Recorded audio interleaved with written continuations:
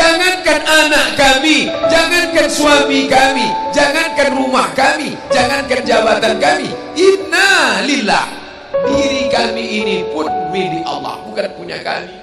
Kalau dia yang punya, apa salahnya dia ambil? Maka ketika harta diambil, salah satu yang membuat manusia kehilangan ketika dia merasa memiliki. Ini punya saya, ini milik saya. Kalau orang sudah terlampau memiliki, maka ketika hilang muncul kekecewaan. Maka jangan pernah merasa memiliki hak mutlak. Ini rumah punya siapa? Rumah punya saya, namanya nama saya, tapi itu titipan Allah. Kapan dia mau diambil? Kalau yang menitipkan mengambil, tempat penitipan barang, kita cuma tukang jaga. Pak, titip helm ya, ya, ini nomornya. Pak, titip mobil ya, ya, ini parkirnya. Pak, titip HP ya, ya, ini. Pak, titip tas ya, ya. Kita cuma penjaga barang titipan. Lalu ketika pemiliknya mengambil, kenapa marah? Orang bukan punya kita kok.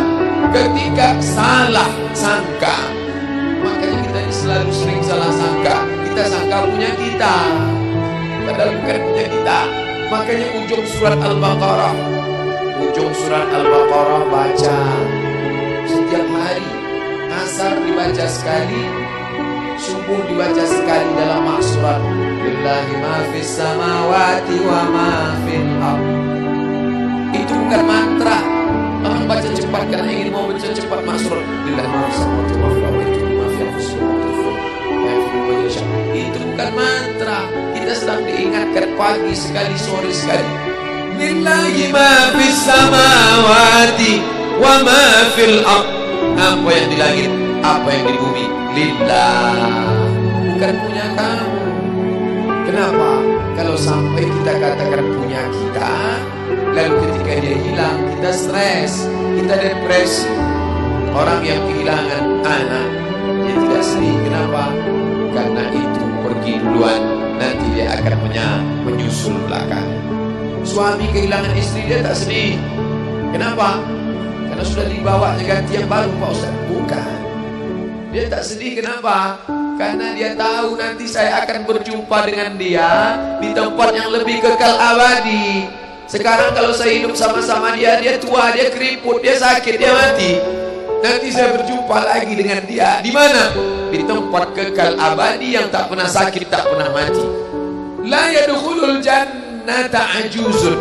Nenek-nenek tak masuk surga. Menangislah si nenek tadi begitu jumpa dengan Nabi. Kamu kenapa nangis? Kata Nabi. Ya Rasulullah, aku tersinggung ucapanmu. Kau bilang nenek-nenek tak masuk surga. Kata Nabi, memang tak ada orang tua di surga. Kalau begitu aku tak masuk surga. Kamu masuk.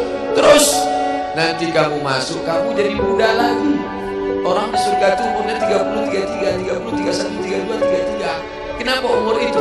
Kalau nenek-nenek masuk surga, di dalam surga banyak kenikmatan. Sedang di surga, di dunia dia tak bisa pergi hari raya ke rumah orang, makanannya kacang tojin.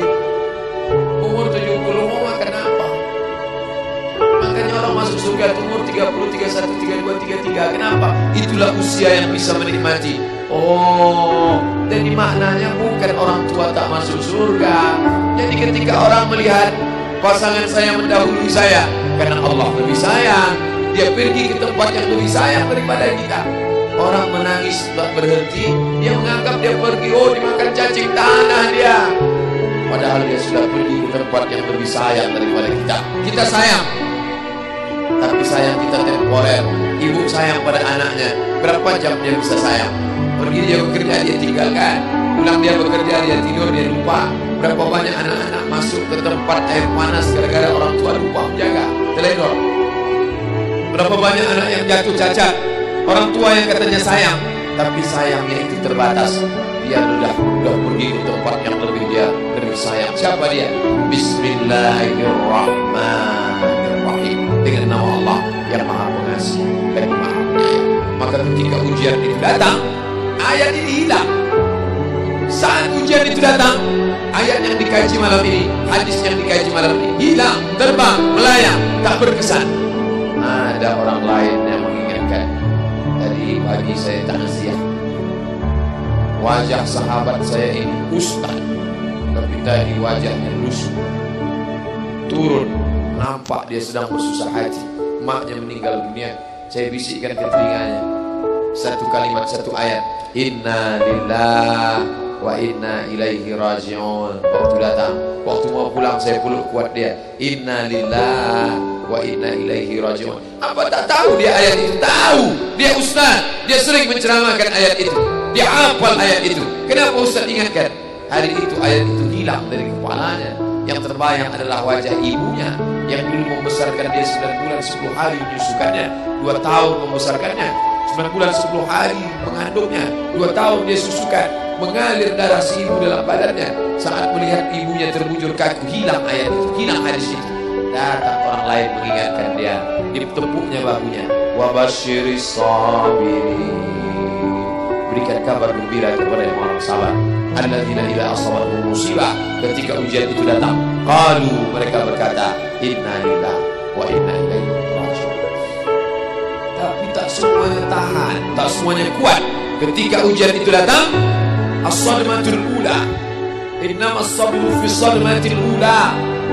Pukulan, ketika pukulan itu datang bergoncang. Berapa banyak orang bercerita, Pak Ustaz, ketika sampai berita itu rasanya lunak tanah di dipijak, Pak Ustaz. Bergoyang dunia ini, Pak Ustaz.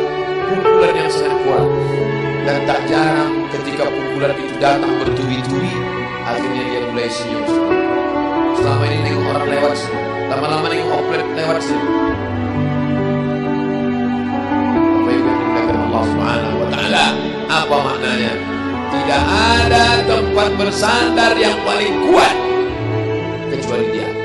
Bersandar di sebatang pohon, pohon akan laku. Bersandar kepada orang, orang akan mati. Bersandar kepada dia, hayyun la yamut, dia yang hidup tidak akan mati itu selama. Ya hayyu ya qayyum, ya bani as-samawati wal ardh, ya zal jalali wal ikram, ya fa'ilun lima yurid, ya man arada amran, innama amruhu idza arada syai'an ay yaqula lahu kun. Maka berserahlah kepada dia. Makanya selesai sholat tadi kita diajak imam berserah kepada dia. La ilaha illallah wahdahu la syarika lah, lahul mulku wa lahul hamdu yuhyi wa yumiit. 4 inilah yang membuat orang kuat. Lahul mulku, kalau kekuasaanmu hilang, jangan kau sedih. Kenapa? Karena yang punya itu dia. Lahul mulku.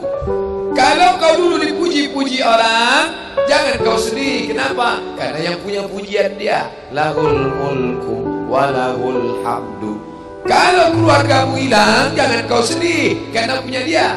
Yuhyi wa yumiit. Dia yang menghidupkan, dia yang